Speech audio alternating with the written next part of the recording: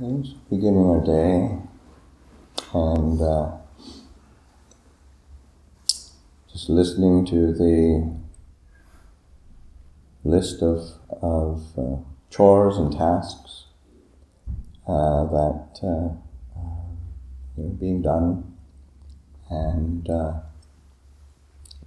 on any given day, there's a variety of chores and tasks, and some of it is just like kitchen, and there's office work, there's things that need to be done, and then there's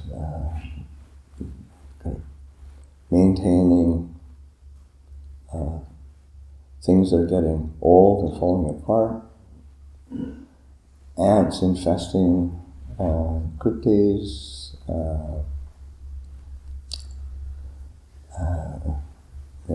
things that are like the old outhouse. It's run its time, defunct, but still.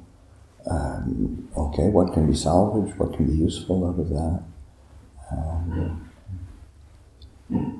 Planting plants, and that's a sort of starting a whole new cycle. So that there's these ongoing cycles of coming into being, establishing, and falling apart.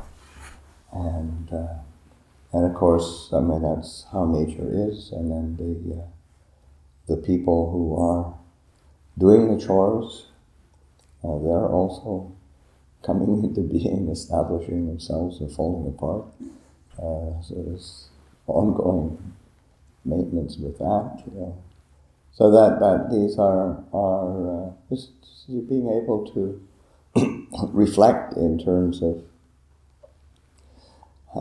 just these cycles of nature, and bringing a quality of attention, of mindfulness, of clarity, and a reflective investigation, because it isn't a matter of, because there is no end to the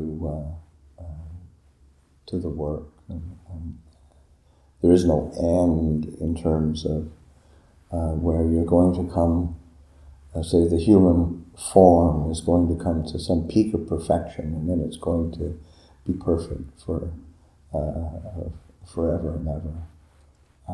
It's just not the way it is. So that bringing a quality of reflective investigation, mindfulness, and clarity to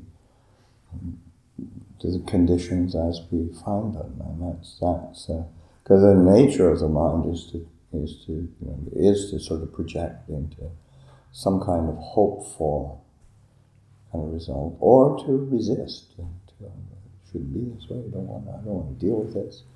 But wisdom is just having the clarity and stillness.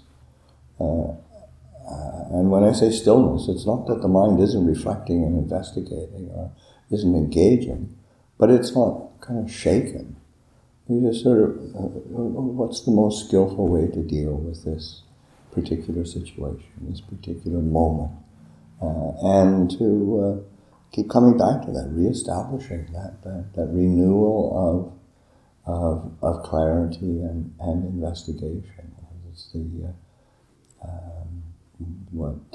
I can remember going to live with Ajahn Chah and hearing, not knowing the Thai language. There's a idiom that's used all the time, and it's from the Pali. It's just sati panya, and so sati and panya, the two together, sort of mindfulness and wisdom.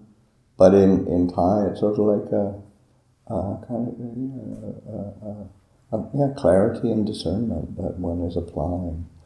And remember Ajahn Munindo actually was coining the phrase truth discerning awareness. Right? It's a really, really great way of, okay, just keep, in whatever one's doing, just re-establishing or grounding oneself to initiate and to cultivate this truth discerning awareness. That is the way of practice.